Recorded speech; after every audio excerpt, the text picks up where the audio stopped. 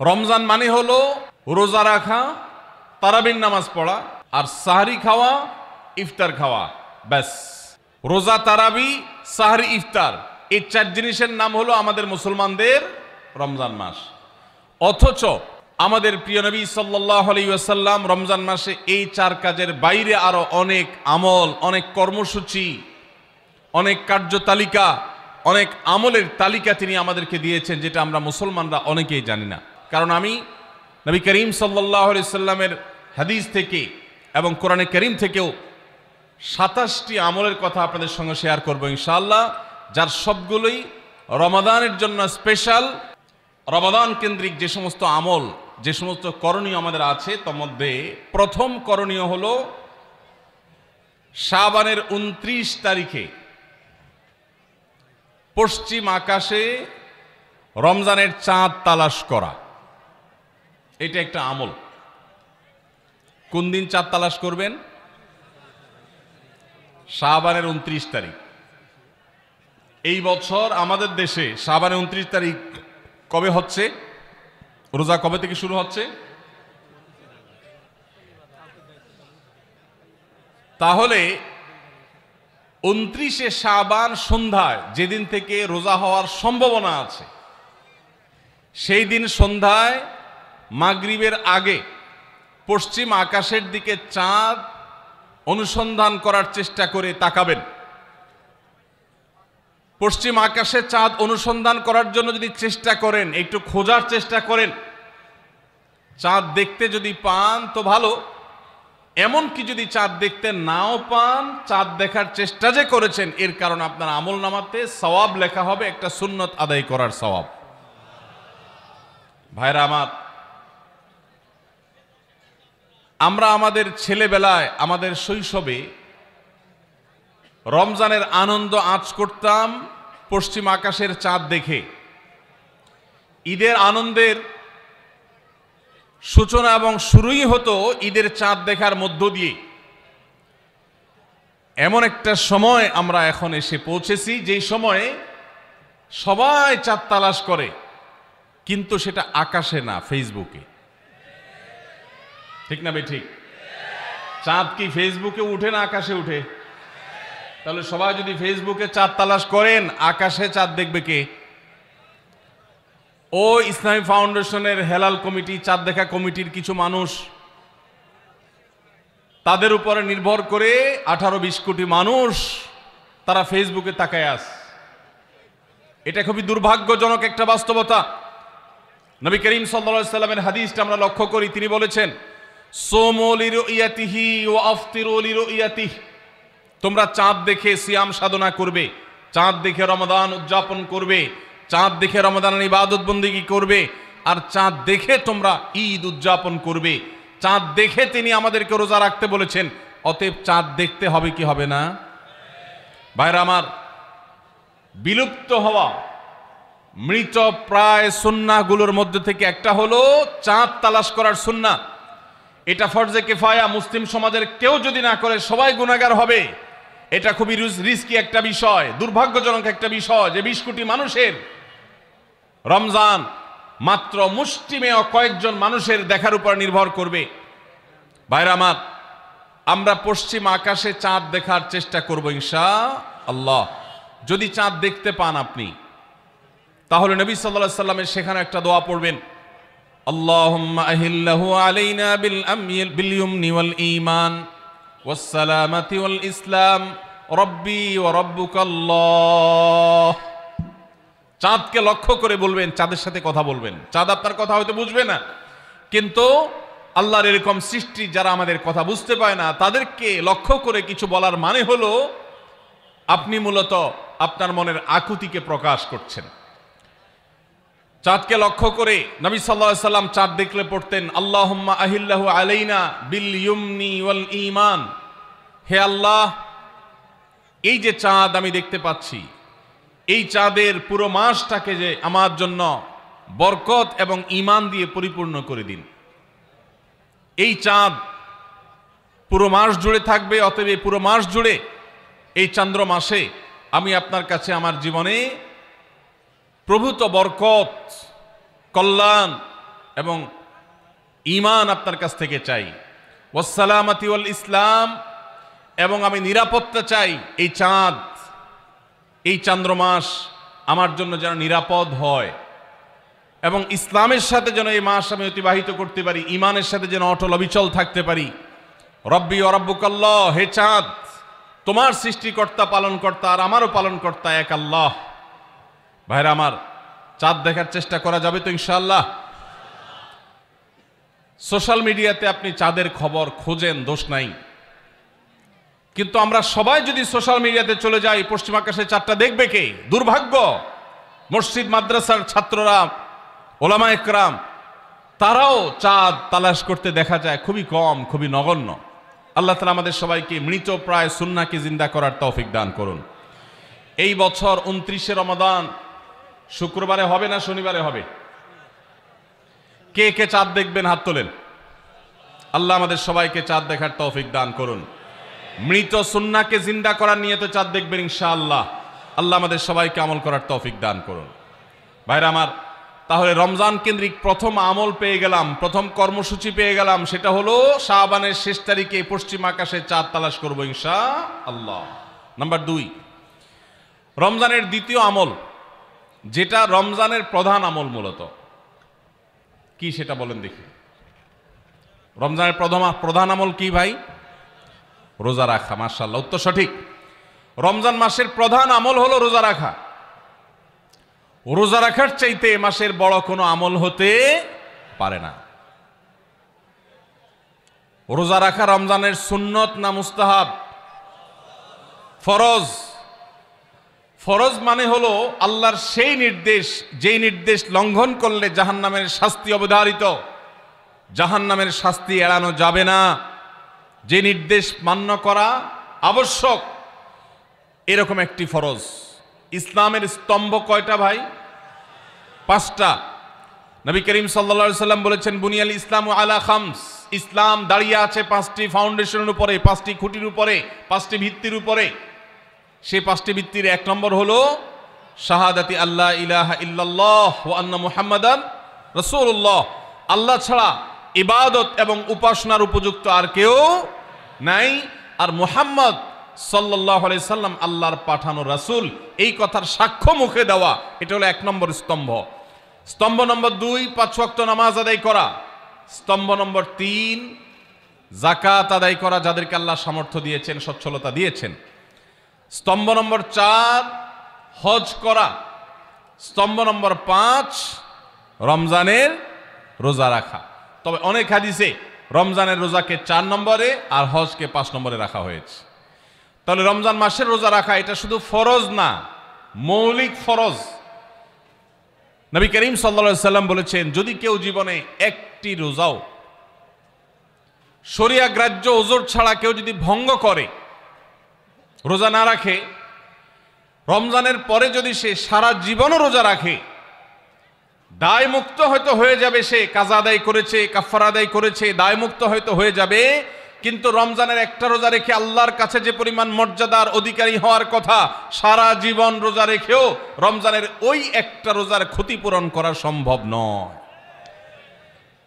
এই জন্য সবাই রমজান মাসে ফরজ রোজা রাখবো তো ইনশাআল্লাহ। সকল প্রাপ্তবয়স্ক সুস্থ ইমানদারের জন্য রমজানের রোজা রাখা ফরজ। ভাইরা আমার, পৃথিবীতে আজ অনেক বিজ্ঞানী রোজা বা ফাস্টিং এর উপরে গবেষণা করে অনেক বড় বড় পদক, অনেক বড় বড় পুরস্কার জিতেছে। এখন ডাক্তাররাও আমাদেরকে বলে যে একটা সময় আমরা যেন ফাস্টিং করি, একটা সময় আমরা যেন না খেয়ে থাকি, এটা আমাদের স্বাস্থ্যের জন্য ভালো।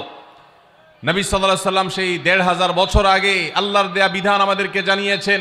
রমজানে পুরো মাস রোজা, শাবানে মুহররমে বেশি বেশি নফল রোজা, সোমবার বৃহস্পতিবার সাপ্তাহিক রোজা, চাঁদের ১৩, ১৪, ১৫ আইয়ামে বীজের মাসিক রোজা। নিয়মিতভাবে এই রোজা, এই সিয়ামগুলো যদি পালন করি আমরা, তাহলে আল্লাহর সন্তুষ্টি এবং জান্নাত লাভ যেমন হবে, ঠিক একইভাবে আমরা দুনিয়াতে সুস্থ সবল থাকতে পারবো। আমাদের শরীরে অতিরিক্ত যে চর্বি তৈরি হয়, বিশেষ করে আজকের বিশ্ব বাস্তবতায়, এই চর্বিগুলোকে বার্ন করার জন্য রোজার কোনো বিকল্প নাই। যদিও চর্বি বার্নের উদ্দেশ্যে রোজা রাখলে সে রোজা রোজা নয়। আমাদের উদ্দেশ্য হবে আল্লাহর সন্তুষ্টি অর্জন, পাশাপাশি পার্থিব উপকারিতা এমনি পেয়ে যাব। আল্লাহ আমাদের সবাইকে রমজান রোজা রাখার তৌফিক দান করুন। ভাইরা আমার, নবী করিম সাল্লাল্লাহু আলাইহি ওয়াসাল্লাম তিনি বলেছেন, যে ব্যক্তি রমজানে ঈমান এবং ইখলাসের সাথে আল্লাহকে খুশি করবার জন্য রমজান রোজা রাখবে, আল্লাহ তার পূর্বের সমস্ত গুনাহ মাফ করে দিবেন। অনেক যুবক আছেন গ্যাস্ট্রিকের অজুহাতে, অনেকে আছেন প্লাস্টিকের অজুহাতে রোজা রাখেন না। কারো গ্যাস্ট্রিক, কারো প্লাস্টিক। সামান্য একটু রোজা রাখতে যে যুবক পারে না, সে নিজেকে মুসলিম দাবি করে কোন মুখে? মাত্র 12-14 ঘন্টা যে না খেয়ে থাকার মতো চ্যালেঞ্জ নিতে পারে না, সে আবার কিসের মুসলমান দাবি করে নিজেকে? এই জন্য ভাইরা সবাই রোজা রাখবো তো ইনশাআল্লাহ। বাসা বাড়িতে বাচ্চাদেরকে কৈশোর বয়স থেকে তাদেরকে রোজা রাখতে শেখাবেন।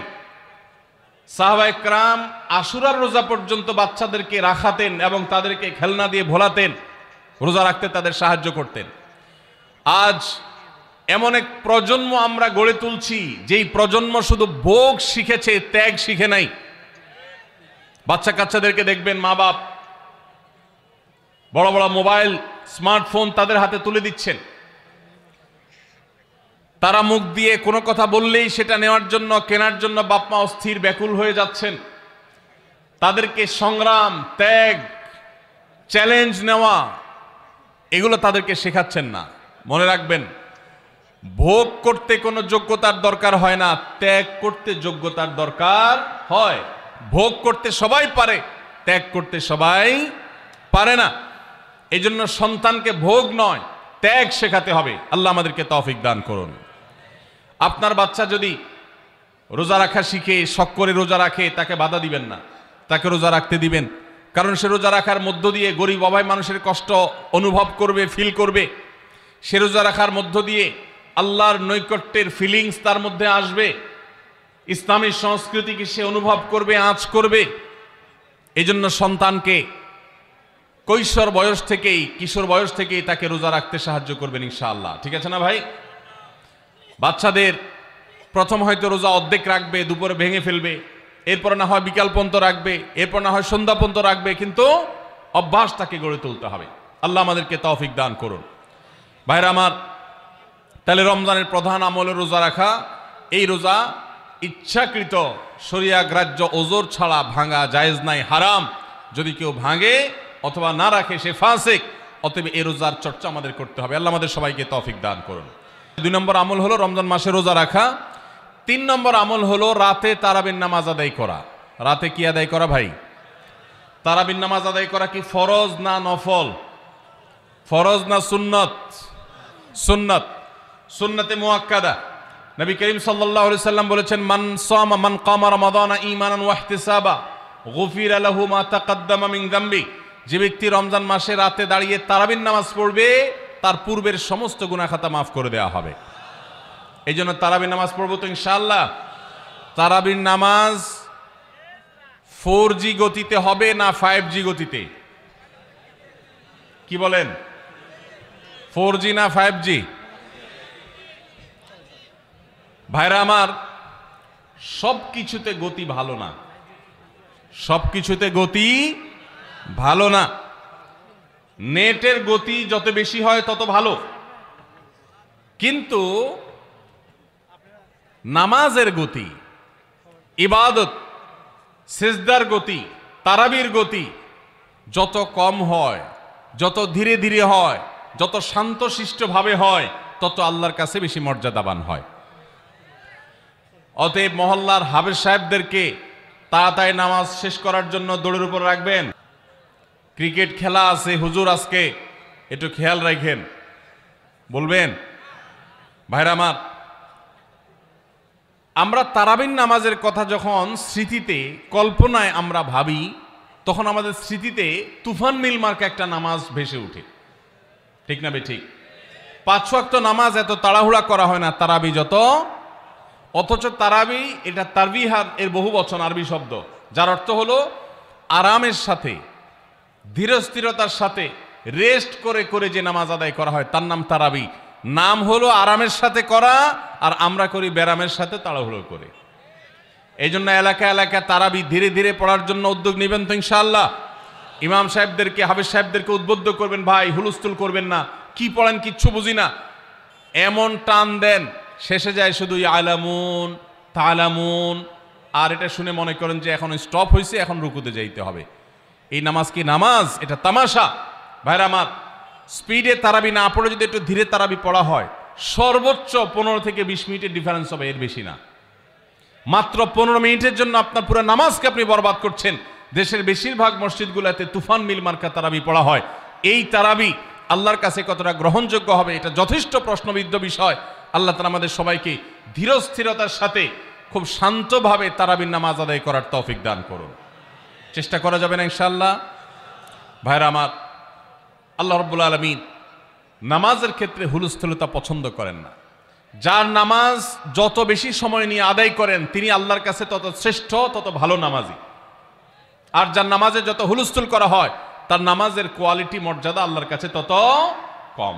অতএব আমরা রমজানের তৃতীয় আমল জানলাম তারাবির নামাজ, এবং সেটা ধীরস্থিরতার সাথে আদায় করবো। আল্লাহ আমাদের তৌফিক দান করুন। নাম্বার 4, সাহরি খাওয়া। সাহরি খাওয়া এটা রমজানের একটা আমল। আপনি সারা বছর লাঞ্চ করেন, ডিনার করেন, দুপুরের খানা খান, রাতের খানা খান, সকালে ব্রেকফাস্ট নাস্তা করেন, কিন্তু এর কোনোটা ইবাদত হয় না, এর কারণে আপনি সওয়াব পাবেন না। কিন্তু রমজান মাসে ভোর রাতে ঘুম থেকে উঠে যে আপনি খাবার খাবেন, এই খাবার খাওয়ার জন্য যে উঠলেন এবং খাইলেন, এর কারণে আপনার অ্যাকাউন্টে আপনার আমলনামা আল্লাহ তাআলা সওয়াব জমা করে দিবেন। আপনি রিওয়ার্ড পাবেন, বিনিময় পাবেন। কেন? কারণ নবী করিম সাল্লাল্লাহু আলাইহি সাল্লাম বলেছেন, তাসাহহারু ফাইন্না ফিস সাহুরি বারাকাহ। তোমরা সাহরির খাবার খাবে ভোর রাতে। রোজার মাসে রোজা রাখতে গিয়ে সাহরির খাবার খাবে। কেন? কারণ সাহরির যে খানা, এই খানাতে আল্লাহ তাআলা বরকত রেখেছেন। এই খানা খাইলে তার জন্য আমাদের স্পিরিচুয়াল, আধ্যাত্মিক বিভিন্ন রকমের উপকারিতা আল্লাহ তাআলা এর মধ্যে নিহিত রেখেছেন। এর মধ্যে খাদ্য শক্তি আছে, আমাদের এনার্জি হবে শরীরে, রোজা রাখতে সহজ হবে। এর পাশাপাশি সাহরির খাবারে আলাদা একটা বরকত আছে, শেফা, বহুবিধ উপকারিতা আমাদের শরীরের, আমাদের মনের জন্য আল্লাহ তাআলা রেখেছেন। এই জন্য সাহরি খাওয়াটা আলাদা একটা ইবাদত। যদি আপনার সন্ধ্যা রাত্রে বেশি খাওয়া হয়ে যায়, সাহরিতে খানা খাওয়ার মতো মুড না থাকে, অন্তত এক ঢোক পানি, একটা খেজুর, সামান্য কিছু খেয়ে হলেও আপনি সাহরি খাবেন এবং তাতে আপনি সওয়াব পাবেন। কোনো কারণে যদি সাহরি খেতে না পারেন, রাতে উঠতে পারেন নাই, অ্যালার্ম বাজছে কিন্তু শুনেন নাই, উঠে দেখেন ফজরের আজান হয়ে গেছে, তাহলে ওই দিনের রোজা কি হবে নাকি হবে না? হবে। মাশাআল্লাহ, বগুড়া মানুষ মাসালা জানে, দেখা যায় রোজা হয়ে যাবে ইনশাআল্লাহ। কারণ এই সাহরি খাওয়াটা ফরজ না, ওয়াজিব না, এটা সুন্নত। সুন্নত ছুটে গেলে ইবাদত হয় না, ব্যাপারটা সেরকম না। 5 নম্বর আমল হলো, সাহরি তো খাবো ঠিক আছে, কিন্তু সেটা শেষ সময়ে খাওয়া, দেরিতে খাওয়া। সাহরি কি আগে খাবেন না শেষের দিকে খাবেন? শেষের দিকে। কেন?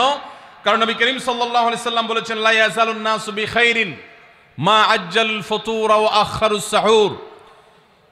এই উম্মত, মুসলিম জাতি ততদিন পর্যন্ত কল্যাণের উপর প্রতিষ্ঠিত থাকবে, তারা কল্যাণকে স্পর্শ করতে পারবে যতদিন পর্যন্ত তারা সাহারি তাড়াতাড়ি খাবে না দেরিতে খাবে?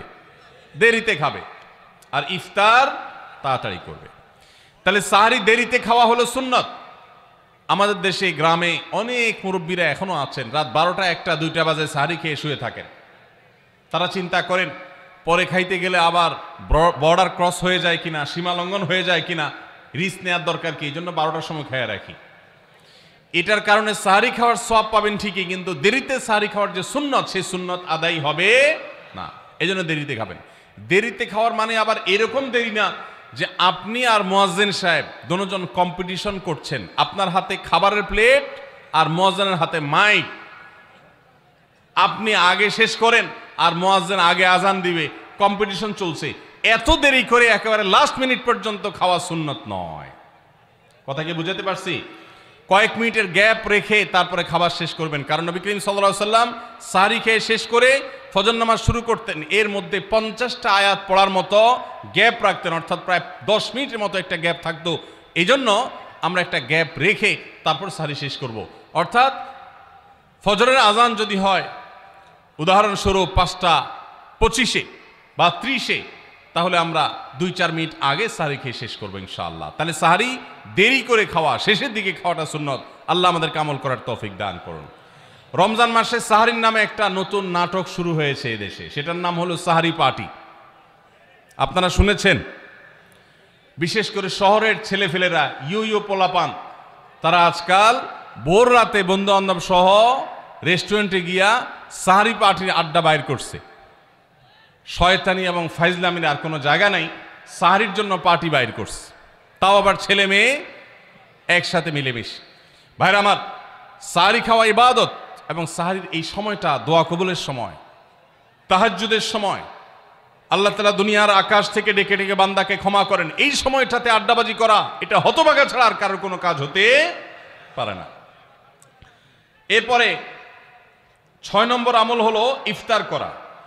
রোজা রেখেছেন কিন্তু ইফতার করেন নাই, রোজা হয়ে যাবে কিন্তু সুন্নাত আদায় হবে না, এই জন্য ইফতার করা একটা সুন্নাত। আল্লাহ তাআলা আরহামুর রাহিমিন, এমন একটা মাস রমজান মাস, সারা বছর কিন্তু আমরা নাস্তা করি, সারা বছর যেটা নাস্তা করি রমজানে সে নাস্তাই করি। পার্থক্য হলো সারা বছর নাস্তা করি সকালে, রমজানে নাস্তা করি সন্ধ্যায়। মানুষ দীর্ঘ সময় না খেয়ে থাকার পরে যে খাবার খায় সেটাকেই ব্রেকফাস্ট বলে, সেটাকেই নাস্তা বলে। আরবিতে যে ইফতার বলা হয়, এই ইফতার শব্দের অর্থ কিন্তু নাস্তা। ইফতার শব্দের অর্থ কি? নাস্তা। সারা বছর নাস্তা খেলে কোনো সওয়াব হবে, কিন্তু রমজান মাসে আপনি যদি সারাদিন উপবাস থাকার পর সন্ধ্যায় ব্রেকফাস্ট করেন, অর্থাৎ ইফতার করেন, তাহলে আল্লাহ তাআলা আপনাকে সুন্নাত পালন করার সওয়াব দিবেন। এই জন্য ভাই, ইফতার করা একটা সুন্নাত। 7 নম্বর, ইফতার আবার তাড়াতাড়ি করা আরেকটা সুন্নাত। এটা 7 নম্বর আমল, ইফতারটা একটু তাড়াতাড়ি করা। তাড়াতাড়ি করা মানে কি? সূর্য ডুবার 2-4 মিনিট আগে। কি বলেন? তাহলে তাড়াতাড়ি কেমনে হলো? তাড়াতাড়ি মানে হলো সূর্য ডুবার সাথে সাথে করা, বিলম্ব বা দেরি না করা। নবী করিম সাল্লাল্লাহু আলাইহি ওয়াসাল্লামের ওই হাদিস আবারও আমরা স্মরণ করি। তিনি বলেছেন, লা ইয়াজালুন নাসু বিখাইরিন মা আজ্জালুল ফুতুর ওয়া আখারুস সুহুর। এই মানুষ, এই উম্মত ততদিন কল্যাণের উপরে প্রতিষ্ঠিত থাকবে যতদিন তারা ইফতার তাড়াতাড়ি করবে আর সাহরি দেরিতে করবে। ইফতার তাড়াতাড়ি করা এর মানে হলো সূর্য ডুবছে আর দেরি করবেন না। শিয়ারা এবং ইহুদিরা, তাদের মধ্যে রোজা আছে, ফাস্টিং আছে, তারা সেই রোজায় ইফতার করে হলো চতুর্দিক অন্ধকার হয়ে যাওয়ার পর, সূর্য ডুবার পর পর ইফতার করে না। তো এই জন্য নবী সাল্লাল্লাহু আলাইহি সাল্লামের আদর্শ হলো তার বিপরীত, অর্থাৎ সূর্য ডুবার পর পর ইফতার করে ফেলা, অতিরিক্ত বিলম্ব না করা। আল্লাহ আমাদেরকে আমলের তৌফিক দান করুন। 8 নম্বর আমল হলো ইফতারের দোয়া পড়া। ইফতারের দোয়া জানা আছে ভাই? কি দোয়া? আমরা একটা দোয়া কমন জানি বাংলাদেশে মানুষ, সেটা হলো আল্লাহুম্মা লাকা সুমতু আলা রিজকিকা আফতারতু। এটাও হাদিসে বর্ণিত হয়েছে, কিন্তু হাদিসের সনদ নিয়ে অনেকে কোনোটা নিয়ে আলাপ তুলেছেন, প্রশ্ন তুলেছেন। আল্লাহুম্মা লাকা সুমতু মানে হলো, হে আল্লাহ, আপনার উদ্দেশ্যে রোজা রেখেছি, ওয়া আলা রিজকিকা আফতারতু, এবং আপনার দেওয়া রিজিক দিয়ে ইফতার করেছি। আর ইফতারের আরেকটা দোয়া হলো যাহাবাজ জামা ওয়াবতাল্লাতিল উরুক ওয়া সাবাতাল আজরু ইনশাআল্লাহ। এটা একটা দোয়া। যদি এগুলো দোয়ামূলক নয়, আমরা দোয়া বলছি, এটা মূলত আল্লাহর কাছ থেকে একটা প্রত্যাশা। এর অর্থ হলো যাহাবাজ জামা, আমার পিপাসা দূর হয়ে গেছে, ওয়াবতাল্লাতিল উরুক, আমার শিরা উপশিরাগুলো সব সিক্ত হয়ে গেছে, ওয়া সাবাতাল আজরু ইনশাআল্লাহ, এবং আল্লাহ চাহেন তো এই রোজার বিনিময় আমার সাব্যস্ত হয়ে গেছে আল্লাহর কাছে, এটা স্থির হয়ে গেছে। এটা হলো ইফতারের দোয়া। ইফতারের দোয়াটা কি ইফতারের আগে করব না পরে করব? ইফতারের দোয়াটা যারা ইফতারের আগে করার পক্ষে তারা হাত তোলেন। অল্প সংখ্যক মানুষ, আর বাকিরা সবাই কি পরের পক্ষে না মাঝখানের পক্ষেও আছেন লোক? সব পরের। মাশাআল্লাহ, সব সূক্ষ্ম সূক্ষ্ম মাসআলা দেখি গাবতলী মানুষ জানে, মাশাআল্লাহ, অনেক অগ্রসর দেখা যায়। আল্লাহ আমাদের সবাইকে দ্বীনের জন্য কবুল এবং মঞ্জুর করুন, মাশাআল্লাহ। ভাইরা আমার, ইফতারের দোয়াটা ইফতারের পরে করতে হয়, যেটা বেশিরভাগ মানুষ জানে না, কিন্তু আমি অবাক হলাম যে এখানে বেশিরভাগ মানুষ আপনারা জানেন, মাশাআল্লাহ, নলেজেবল মানুষ, বোঝা গেছে। ইফতারের দোয়ার অর্থের দিকে তাকালেই তো বোঝা যায় এটা আগে না পরে। দোয়ার অর্থের মধ্যে তাকালে আমরা দেখতে পাচ্ছি যে আল্লাহ শিরা উপশিরা সিক্ত হয়ে গেছে, পিপাসা দূর হয়ে গেছে, এগুলো তো ইফতারের পরেই হয়। অবশ্য আমি অর্থ আগে বলে দিয়েছি, সেটা দেখে হয়তো আপনারা অনেকে বুঝে ফেলছেন, মাশাআল্লাহ। তো যাই হোক, ইফতারের শুরুতে বিসমিল্লাহ বলে ইফতার করব, আর শেষে এই দোয়া পড়ব। আল্লাহ আমাদেরকে আমলের তৌফিক দান করুন। 9 নম্বর হলো সাহরি এবং ইফতারে খেজুর খাওয়া। খেজুর দিয়ে সাহরি ইফতার করা। ইফতারে আপনি অন্য যা খান না খান, খেজুর দিয়ে খাবেন। নবী সাল্লাল্লাহু আলাইহি সাল্লাম আদা পাকা আদা খেজুর দিয়ে ইফতার করতেন, যেটাকে রোতাব বলা হয়। আর যদি সেটা না পাওয়া যেত, সাধারণ যে কোনো খেজুর, সেটাও না পাওয়া গেলে একটু পানি খেয়ে তারপর তিনি ইফতার করতেন। আমরা ইফতারে খেজুর খেতে হয় সুন্নাহ, এটা আমরা জানি, কিন্তু যেটা জানি না সেটা হলো সাহারিতে খেজুর খাওয়া। ভোর রাতে সাহারিতে খেজুর খাওয়া সুন্নত, এটা আগে কে কে জানতেন? হাত তোলেন। আগে জানতেন? মাশাআল্লাহ, হাত নামান। গত বছর রমজানে সাহারিতে ভাত তরকারি যাই খাইছেন না খাইছেন, একটা হলো খেজুর খাইছেন, কারা কারা হাত তোলেন? মাশাআল্লাহ, এদিকে সব আমল করা মানুষ, মাশাআল্লাহ। তাহলে তার ওয়াজ টোয়াজের কোনো দরকার নেই।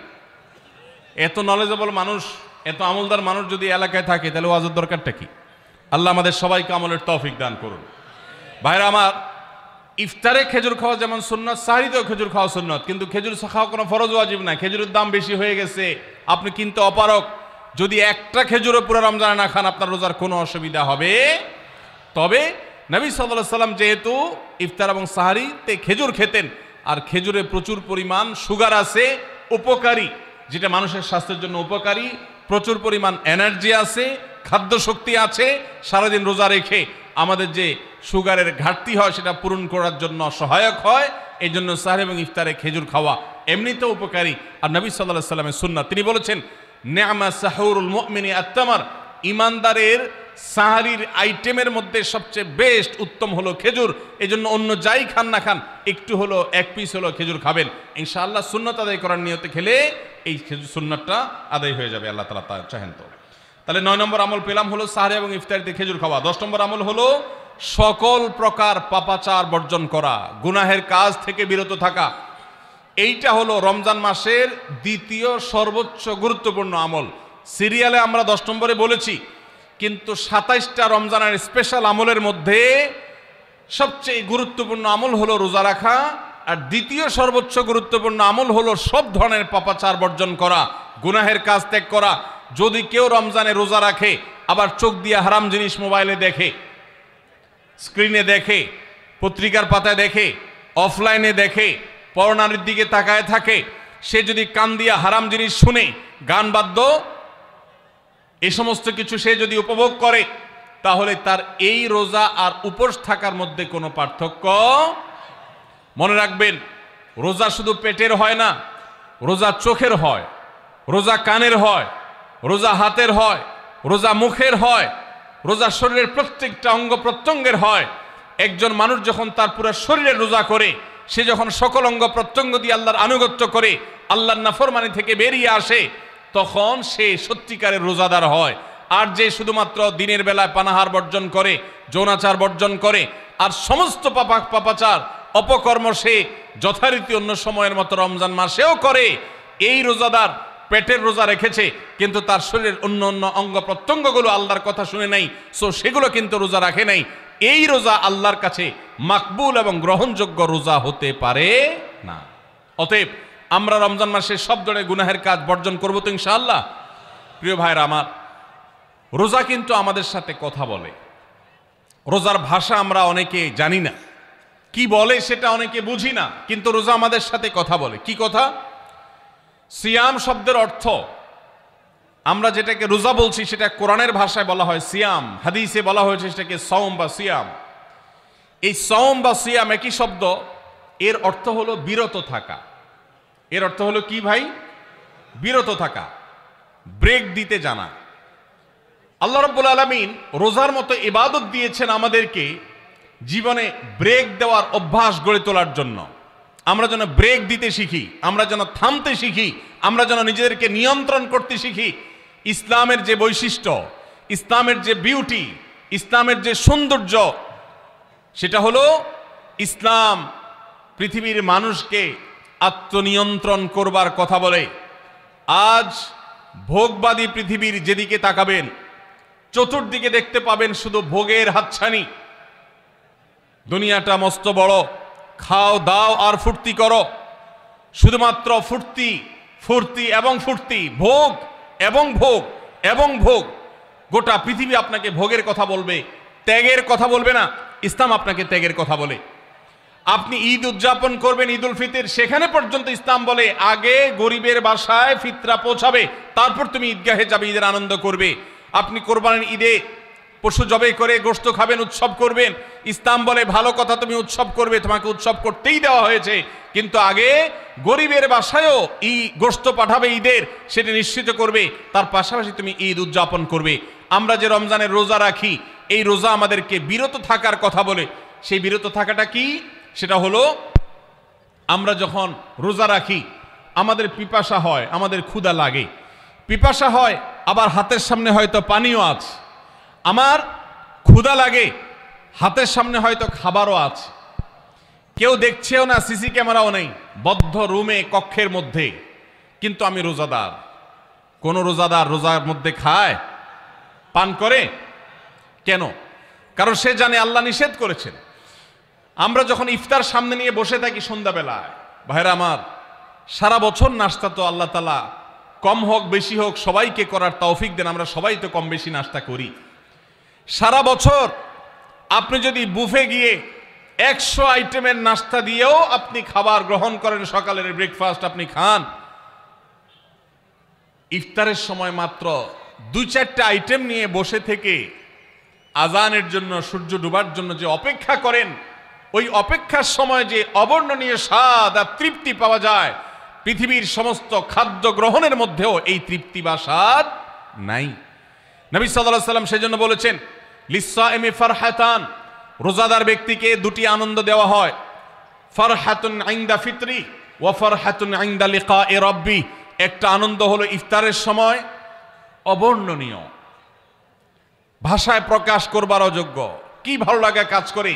ইফতারের জন্য আমরা বসে আছি, খাবার সামনে আছে, রকমারি শীতল শরবত সামনে আছে, রকমারি খাবারের পসরা সাজানো আছে টেবিলে, দস্তরখানে, এদিকে পেটে ক্ষুধাও আছে, কিন্তু আমরা মিনিট গুনছি, আমরা সময় দেখছি, ঘড়ির দিকে তাকিয়ে আছি, সূর্য কখন ডুববে।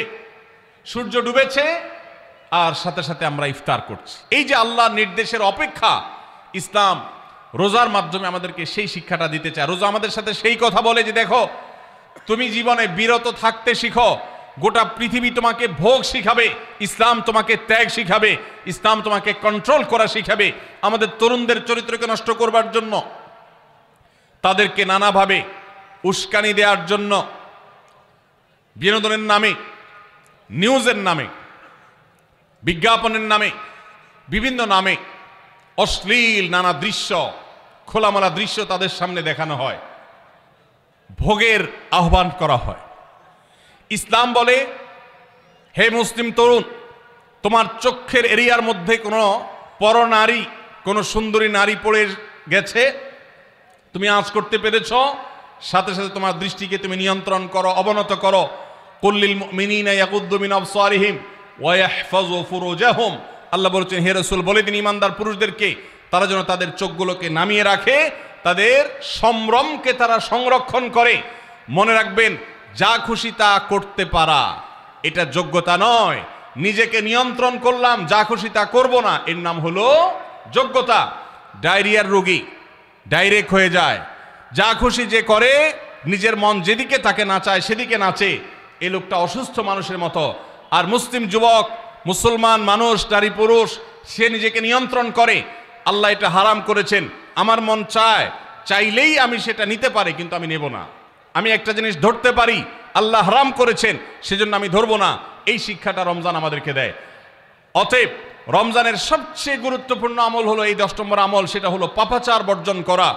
নবী সাল্লাল্লাহু আলাইহি সাল্লাম বলেছেন, যে ব্যক্তি রমজানে রোজা রাখলো আর পাপাচার বর্জন করলো না, তাহলে এই রোজা রাখার উপোস থাকার ভিতরে কোনো পার্থক্য নাই। আল্লাহ আমাদের সবাইকে রমজান মাসে রোজা থেকে সকল হারাম, সকল নাজায়েজ কাজ, সকল গুনাহের কাজ ছাড়ার তৌফিক দান করুন, বলুন আমিন।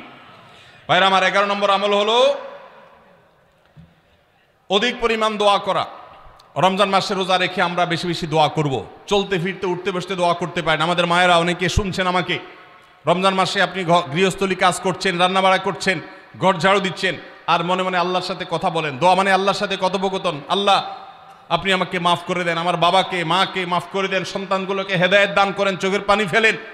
নিয়মতান্ত্রিক দোয়া, বসে বসে হাত তুলে দোয়া করবেন কেবলামুখী হয়ে, আবার চলতে ফিরতে উঠতে বসতে, এমনকি ওযু নাই সে অবস্থায় দোয়া করবেন।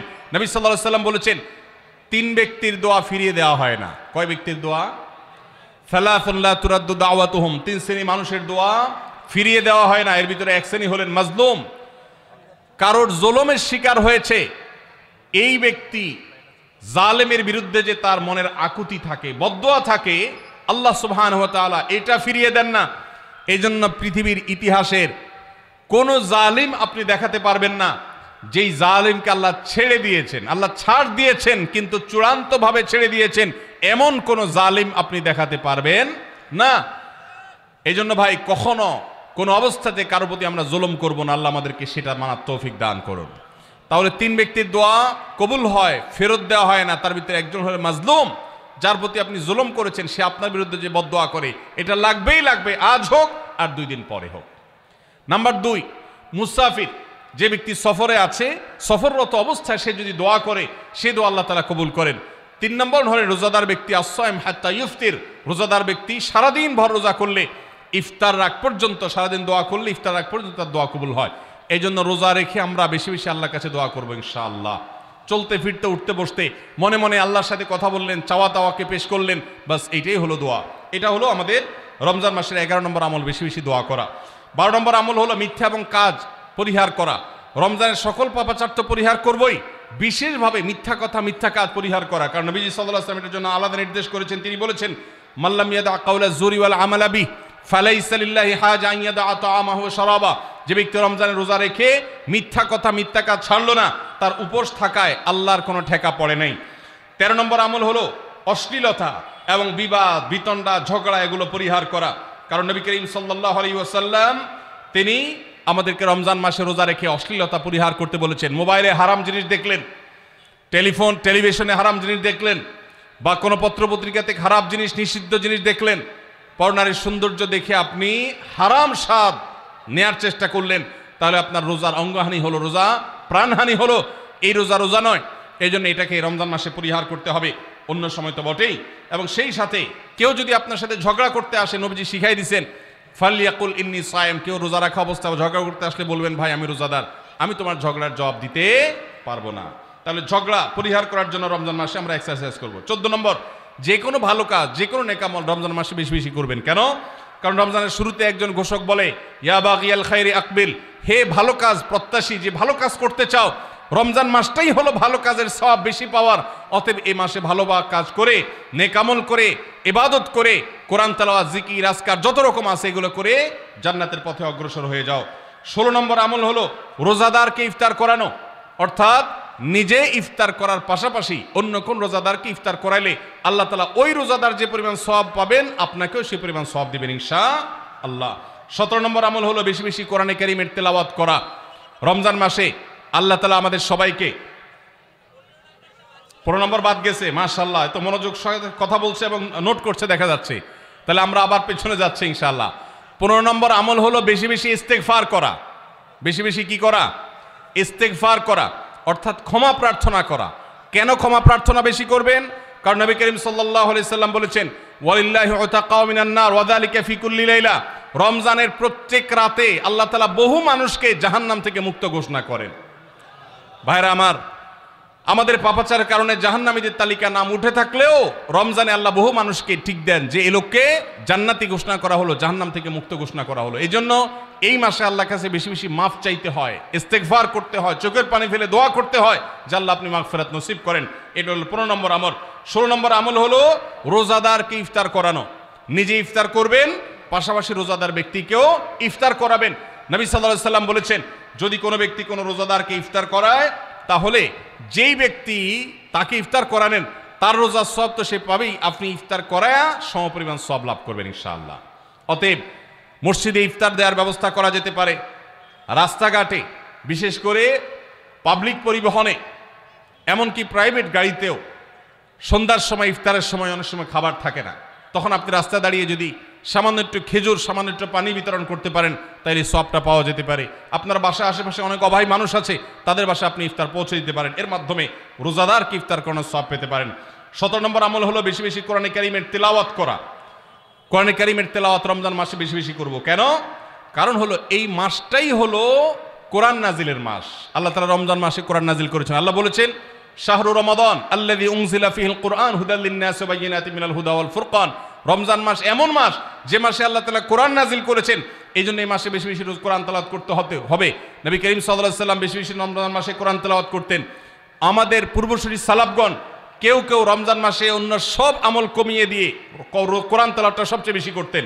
এই জন্য দিনে এবং রাতে বেশি বেশি করে কোরআন শুদ্ধতার সাথে সৌন্দর্যের সাথে তেলাওয়াত করব, অর্থ সহকারে বুঝে পড়ার চেষ্টাও পাশাপাশি করব ইনশাআল্লাহ। 18 নম্বর আমল হলো কোরআন পরস্পরকে শোনাশুনি করা, বুঝে পড়া। অর্থাৎ আপনি কোরআন তেলাওয়াত করবেন, আপনার স্ত্রী শুনবে, আপনার মা শুনবে, আপনার বোন শুনবে, আবার তারা তেলাওয়াত করবে, আপনি শুনবেন। আমরা তারাবির নামাজে এক পক্ষীয় তেলাওয়াত শুনি, হাফেজ সাহেব তেলাওয়াত করেন, আমরা শুনি, কিন্তু আমরা তেলাওয়াত করে আরেকজন শুনবে, এটা হয় না। নবী সাল্লাল্লাহু আলাইহি সাল্লাম রমজান মাস আসলে জিবরিল ফেরেশতার সাথে কোরআন শোনাশুনি করতেন। জিবরিল তেলাওয়াত করতেন, নবীজি শুনতেন, আবার আমাদের নবীজি তেলাওয়াত করতেন, জিবরিল শুনতেন। এটা একটা সুন্নত। এই সুন্নতটা বিলুপ্ত হয়ে গেছে, এটা নিয়ে চর্চা নাই। এই জন্য আমরা এটা বাসা বাড়িতে নতুন করে জিন্দা করব। আল্লাহ আমাদেরকে তৌফিক দান করুন। 19 নম্বর আমল হলো দান সাদাকা বেশি বেশি করা। নবীজি সাল্লাল্লাহু আলাইহি সাল্লাম এমনিতেই প্রচুর পরিমাণ দান করতেন, কিন্তু রমজান আসলে তার দানশীলতার পরিমাণ আরো বেড়ে যেত।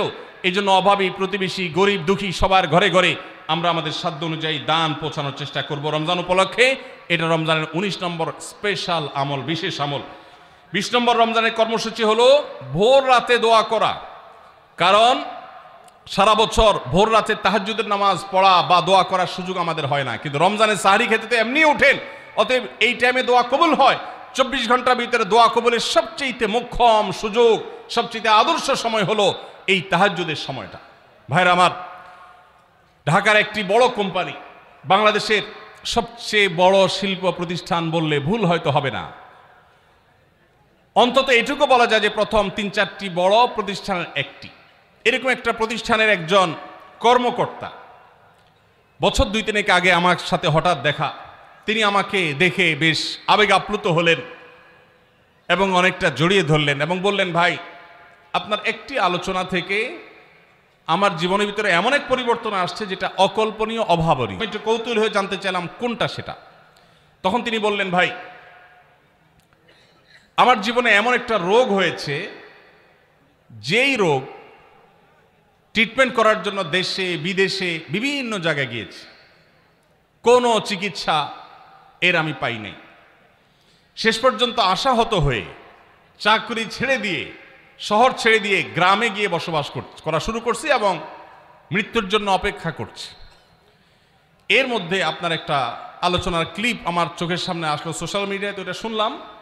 সে আলোচনাটা ছিল আল্লাহর কাছ থেকে অসাধ্য সাধন করার সময় হলো ভোর রাত তাহাজ্জুদের সময়। আমি এই আলোচনা পুরোটা শোনার পর ওই রাতেই আমি ঘুম থেকে উঠে ভোর রাতে তাহাজ্জুদ পড়ে আল্লাহর কাছে বুক ভাসিয়ে মন ভরে কাঁদলাম, দোয়া করলাম। ওই ভাই বললেন যে আমি এত দোয়া করলাম, দোয়া করতে করতে দীর্ঘ সময় আমি পরিতৃপ্ত হলাম, আমার দোয়া শেষ হয়ে গেল। এরপর দোয়া করে শেষ করার পর ফজর নামাজের সময় হয়ে গেছে। আমার ফিল হলো, অনুভব হলো যে আমার শরীরে আর কোনো রোগবালাই এখন মনে হয় নাই। এবং তিনি গত 2 দিন আগেও তার সাথে আমি দেখা করলাম ঢাকায়, গতকালকে দেখা করলাম, 2 দিন আগে না, মাত্র 1 দিন আগে দেখা করলাম। তিনি এখন সুস্থ সবল হয়ে আবার তার চাকরিতে ফিরে গিয়ে স্বপদে সমহিমায় আছেন। তিনি এক সহকর্মীকে ডেকে আমার সামনে বলছেন, এই তোমরা বলো তো, আমি আগে শারীরিকভাবে বেশি ফিট ছিলাম নাকি এখন বেশি ফিট? তখন তার সহকর্মী আমার সামনে বলছে, স্যার, আপনি আগে অনেক বেশি রাগারাগি করতেন, আপনি হট মেজাজি ছিলেন, অনেক বেশি অসুস্থ হয়ে যেতেন কিছু হলেই, কিন্তু এখন আপনি সে আগের সময়ের তুলনায় অনেক বেশি সুস্থ এবং ফিট। তিনি বললেন, ভাই, ভোর রাতের দোয়ার প্রভাব এত বেশি, তাহাজ্জুদের সময়ের দোয়া এত গুরুত্বপূর্ণ যে এই এক দোয়া আমার জীবনকে আমূল পরিবর্তন করে দিয়েছে। এই জন্য ভাইরা, রমজান মাসে বিশেষ করে যখন তাহাজ্জুদের সময় সাহারি খেতে যখন উঠবেন, সাহারি খাওয়ার পর 10টা মিনিট সময় হাতে রাখেন, বা সাহারি খাওয়ার আগে 10টা মিনিট আগে উঠেন, উঠে উজু করে 2 রাকাত 4 রাকাত নামাজ পড়ে বা নামাজ পড়ার সময় না থাকলে অন্তত কেবলামুখী হয়ে দুইটা হাত তুলে আল্লাহর কাছে একটু চান। নবীজি সাল্লাল্লাহু আলাইহি সাল্লাম বলেছেন, রাতের শেষ প্রহর যখন হয়, দুনিয়ার আসমানে নেমে এসে আল্লাহ বান্দাদেরকে ডেকে ডেকে তাদের প্রত্যেকটা চাওয়া পূরণ করে দেন। এই জন্য ভাইরা, রমজান মাসে সাহরির সময় দোয়া কবুল হয়। রমজান উপলক্ষে বিশেষ করে এই আমলটা, সাহরির সময় আমলটা, আমরা দোয়া করার আমলটা করতে পারি। তাহলে 20 নম্বর আমল হলো তাহাজ্জুদের নামাজ এবং ভোর রাতের দোয়া।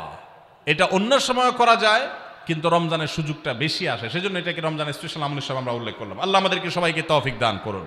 সাহরি খেতে উঠলে একটু দোয়া করবো তো ইনশাআল্লাহ, 2-4 মিনিটের জন্য হলে দোয়া করবো, একাকে নির্জনে আল্লাহর কাছে কেবলামুখী হয়ে। এর চেয়ে বড় দুর্ভাগ্যের বিষয় কি আছে যে আল্লাহ চাওয়ার জন্য ডাকছেন আর আমি অবহেলা করে বসে আছি। ভাইরা আমার, 5 ওয়াক্ত নামাজের জন্য মুয়াজ্জিন আপনাকে ডাকে, কিন্তু ভোর রাতে দোয়া কবুলের জন্য স্বয়ং আল্লাহ আপনাকে ডাকেন। অতএব সাহরি খেতে উঠলে ভোর রাতে সাহরির সময় একটু দোয়া করবো তো ইনশাআল্লাহ। 21 নম্বর আমল উমরা করা। যাদেরকে আল্লাহ তৌফিক দিয়েছেন তারা রমজানে উমরা করবেন, কারণ নবী করিম সাল্লাল্লাহু আলাইহি ওয়াসাল্লাম বলেছেন, উমরাতুন ফি রমাদান তা'দিলু হাজ্জা। রমজানে কেউ উমরা করলে একটা হজের সওয়াব পায়। কোন কোন হাদিসে আসছে তা'দিলু হাজ্জাতাম মাই, নবীজির সাথে হজের সওয়াব পাওয়া যায় রমজানে উমরা করলে। আল্লাহ আমাদেরকে যখন তৌফিক দিবে আমরা তখন সেটা করব ইনশাআল্লাহ। ঠিক আছে না?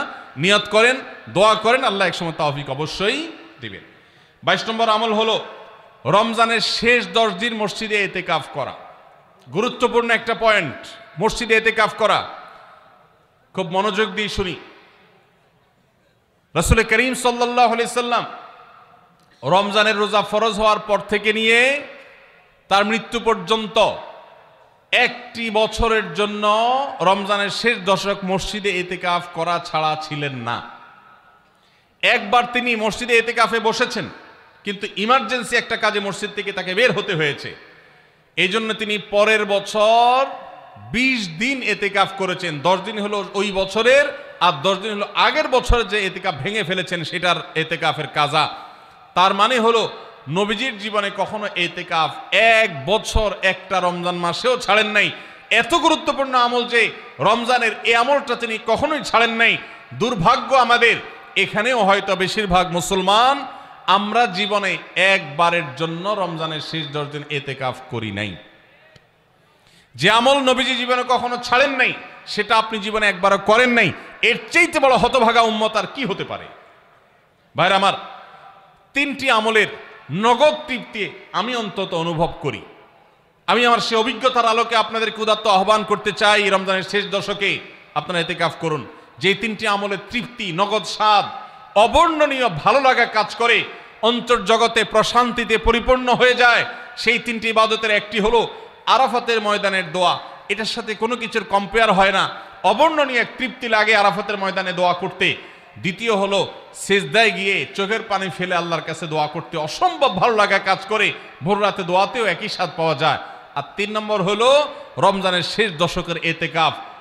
ইতিকাফ যে একবার করেছে সে জীবনে বারবার করে, তাকে আর ফেরানো যায় না। এই জন্য ভাইরা, রমজানের শেষ দশকে আমরা আল্লাহর ঘরে বসে গিয়ে ইতিকাফ করার চেষ্টা করবো তো ইনশাআল্লাহ। অনেক এলাকায় বৃদ্ধ মানুষ, বুড়া মানুষ বসায় দেওয়া হয় টাকা পয়সা দিয়ে। যে টাকা নিয়ে ইতিকাফ করে সেও গুনাহগার, আর যারা টাকা নিয়ে ইতিকাফে বসায় তারাও গুনাহগার, কারণ ইবাদত টাকা পয়সা দিয়ে চলবে না। রমজানের শেষ দশক মসজিদে ইতিকাফ করবো তো ইনশাআল্লাহ।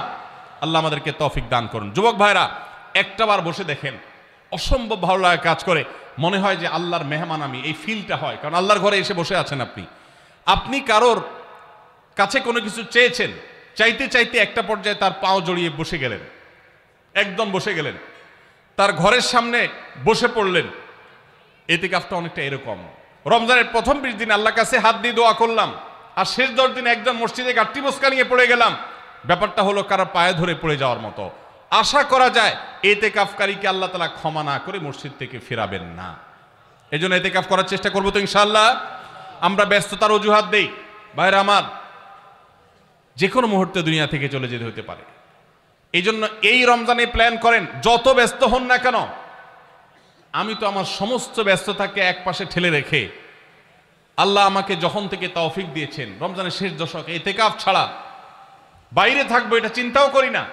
এই জন্য যুবক ভাইদেরকে বলবো, প্রত্যেকটা মহল্লাতে 2 জন 5 জন 10 জন করে যুবকরা বসেন, কোরআনের গ্রুপ স্টাডি করেন, কোরআনের পাঠচক্র করেন, নিজেরা কোরআন হাদিসের আলোচনা করেন, রোনাজারি এবং দোয়া করেন, 10টা দিন আল্লাহর সাথে কানেক্টেড হওয়ার চেষ্টা করেন, 12 মাস ইবাদত দাওয়াতের কাজ ইসলামের কাজ করবেন, ইনশাআল্লাহ সেখানে বরকত পাবেন।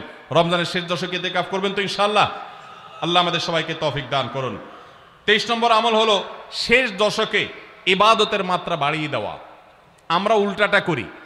আমাদের দেশে রমজানের প্রথম দশকে মসজিদ ফুল হয়ে, বারান্দা ফুল হয়ে, রাস্তায়ও মুসল্লি দাঁড়ায়। আর 10 রমজান চলে গেলে 20 রমজান পর্যন্ত বাহিরের মুসল্লি কমতে কমতে বারান্দার মুসল্লি কমে ভিতরে চলে আসে। আর শেষ 10 দিনে আসলে, ঈদের দিনগুলো যখন কাছে আসে, তখন 5 ওয়াক্ত নামাজের ওই নিয়মিত মুসল্লি ছাড়া বাকিগুলো সব উদাও হয়ে যায়। নবী সাল্লাল্লাহু আলাইহি সাল্লাম কি করতেন? তার উল্টাটা। আমাদের আয়েশা বলেছেন, কানা ইয়াজিতাহিদু ফীহি মা লা ইয়াজিতাহিদু ফী গায়রি। আমাদের নবীজি সাল্লাল্লাহু আলাইহি সাল্লাম রমজানের শেষ দশকে ইবাদতের জন্য যত কষ্ট করতেন, যত সাধনা করতেন, অন্য কোন সময় ইবাদতের জন্য এত সাধনা করতেন না। অথচ আমরা দেখা যায় শেষ দশক অবহেলা কাটাই। এই জন্য ভাইরা, শেষ দশকে ইবাদতের পরিমাণ আরো বাড়িয়ে দিতে হবে, আমলের পরিমাণ বাড়িয়ে দিতে হবে। এটাই আল্লাহ তাআলার নির্দেশনা, সেটাই রমজানের শেষ দশকের আমল। 24 নম্বর আমল হলো শেষ দশকে পরিবারকে ঘুম থেকে ডেকে তোলা। এটা আলাদা সুন্নাহ। নবী সাল্লাল্লাহু আলাইহি সাল্লাম রমজানের শেষ দশক হলে কানা ইদা দাখালাল আশর আহইয়া লাইলা ওয়া আইকাদা আহলা। তিনি পরিবারকে ঘুম থেকে ডেকে তুলতেন এবং স্ত্রী সঙ্গ ত্যাগ করতেন। শেষ দশক কোমর বেঁধে ইবাদত করতেন। এটা 24 নম্বর আমল। তাহলে শেষ দশক পরিবারকে ঘুম থেকে ডেকে তোলা। নবীজি অন্য কোনো সময় ঘুম থেকে ইবাদতের জন্য ডাকতেন না, নফল নামাজ যার ইচ্ছা সে পড়বে, যার ইচ্ছা পড়বে না।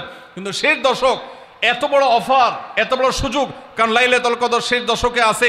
এই জন্য এই দশকে ইবাদতের জন্য পরিবারকে তিনি ডেকে তুলতেন। তারা শুয়ে থাকুক, তিনি এটা সহ্য করতেন না। এই জন্য 24 নম্বর আমল হলো রমজানের শেষ দশকে পরিবারকে ঘুম থেকে ডেকে তোলা এবং স্ত্রী সঙ্গ ত্যাগ করা শেষ দশকের জন্য। 25 নম্বর আমল হলো লাইলাতুল কদর অনুসন্ধান করা। রমজানের শেষ দশকের প্রত্যেকটা রাতে কিন্তু শবে কদর হতে পারে, বিশেষ করে বেজোড় রাতে 21, 23, 25, 27, 29 এই রাতগুলোতে লাইলাতুল কদর হওয়ার সম্ভাবনা অনেক জোরালো। সৌদি আরবের মানুষ তাদের বেজোড় রাতে তালাশ করবে, আমরা আমাদের বেজোড় রাতে তালাশ করব ইনশাআল্লাহ। নবীজি সাল্লাল্লাহু আলাইহি সাল্লাম বলেছেন যে তাহাররাউ লাইলাতুল কদর ফিল বিতরি মিনাল আশরিল আওয়াখির মিন রমাদান। রমজানের শেষ দশকের বেজোড় রাতগুলোতে তোমরা শবে কদর হতে পারে সে আশা বেশি বেশি করে ইবাদত বন্দেগী করো। লাইলাতুল কদরের ইবাদতকে আল্লাহ বলেছেন লাইলাতুল কদরে খায়রুম মিন আলফি শাহর। 1000 মাস, 1000 মাস ইবাদত করলে যে সওয়াব পাওয়া যাবে, লাইলাতুল কদরের এক রাতের ইবাদতের সওয়াব তার চাইতে বেশি হবে। সেই রাত কোনটা আল্লাহ নির্দিষ্ট করেন নাই। এজন্য শেষ দশকের প্রত্যেকটা রাতেই ইবাদত করার চেষ্টা করা, স্পেশালি বেজোড় রাতগুলোতে। 26 নম্বর আমল হলো লাইলাতুল কদরের আশায় বিশেষ দোয়া পড়া। সেটা কি? আল্লাহুম্মা ইন্নাকা আফুউন তুহিব্বুল আফওয়া ফাআফু আন্নি। আল্লাহ আপনি ক্ষমাশীল, আপনি ক্ষমাকে ভালোবাসেন, অতএব আমাদেরকে ক্ষমা করে দিন। এটা রমজানের শেষ দশকের প্রত্যেক রাতে পড়বেন। যে রাতটা একটু শান্ত শিষ্ট, একটু শীতল, একটু বৃষ্টিভাব, একটু লাইলাতুল কদরের আবহ বোঝা যায়, সেই রাতকে লাইলাতুল কদর আশা করে, প্রত্যাশা করে বেশি বেশি দোয়া পড়বেন, আল্লাহুম্মা ইন্নাকা আফুউন তুহিব্বুল আফওয়া ফাআফু আন্নি। তাহলে 26 নম্বর আমল হলো লাইলাতুল কদরের দোয়া পড়া। আর 27 নম্বর সর্বশেষ আমল হলো ফিতরা আদায় করা। অর্থাৎ রমজান মাসের রোজাতে যদি ভুল ত্রুটি হয়, এটা রিফাইন্ডের কাজ হয়ে যায়, রিফ্রেশমেন্টের কাজ হয়ে যায় ফিতরার মাধ্যমে। প্রত্যেক সচ্ছল ব্যক্তি তার নিজের পক্ষ থেকে, নিজের স্ত্রী এবং নিজের ছোট বাচ্চাদের তরফ থেকে ফিতরা আদায় করবেন। প্রাপ্তবয়স্ক সন্তান থাকলে তারা তাদেরটা আদায় করবে, আর না হলে বাপও তাদেরটা আদায় করতে পারে। ফিতরা স্বরূপ গরিবদের বাসায় একদিনের খাবার এটা পৌঁছে দিতে হবে। এটা হলো ফিতরা। ঈদের নামাজের আগ পর্যন্ত এটা আদায় করার নির্দেশ নবী সাল্লাল্লাহু আলাইহি সাল্লাম দিয়েছেন। তাহলে 27 নম্বর আমল হলো ফিতরা আদায়। এটার মাধ্যমে রমজানের আমল শেষ হয়ে যাবে।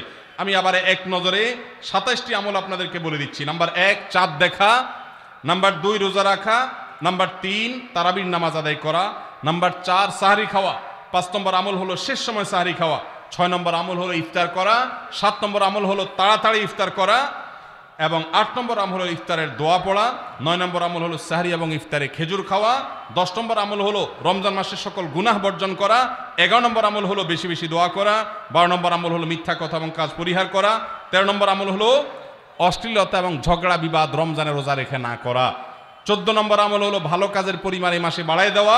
15 নম্বর আমল হলো বেশি বেশি আল্লাহর কাছে ক্ষমা চাওয়া, কারণ এই মাসে আল্লাহ বেশি ক্ষমা করেন মানুষকে। 16 নম্বর আমল হলো অন্য রোজাদারকে ইফতার করানো, তাদের বাসায় ইফতার পাঠানো। আর 17 নম্বর আমল হলো বেশি বেশি কোরআন তেলাওয়াত করা। 18 নম্বর আমল হলো কোরআন নিজে পড়ে আরেকজনকে শোনানো, আবার তার তেলাওয়াত নিজে বসে শোনাশুনি করা। 19 নম্বর আমল হলো দান সাদেকা করা। 20 নম্বর আমল হলো তাহাজ্জুদ এবং বিশেষ করে ভোর রাতে সারি খেতে উঠে দোয়া করা। আর 21 নম্বর আমল হলো উমরা করার সামর্থ্য থাকলে। 22 নম্বর আমল হলো ইতিকাফ করা শেষ দশকে। 23 নম্বর আমল হলো শেষ দশকের বেজোর রাতে বা শেষ দশকের প্রত্যেকটা রাতে ইবাদতের পরিমাণ বাড়িয়ে দেওয়া এবং বিশেষভাবে রাত্রি জাগরণ করা শেষ দশক।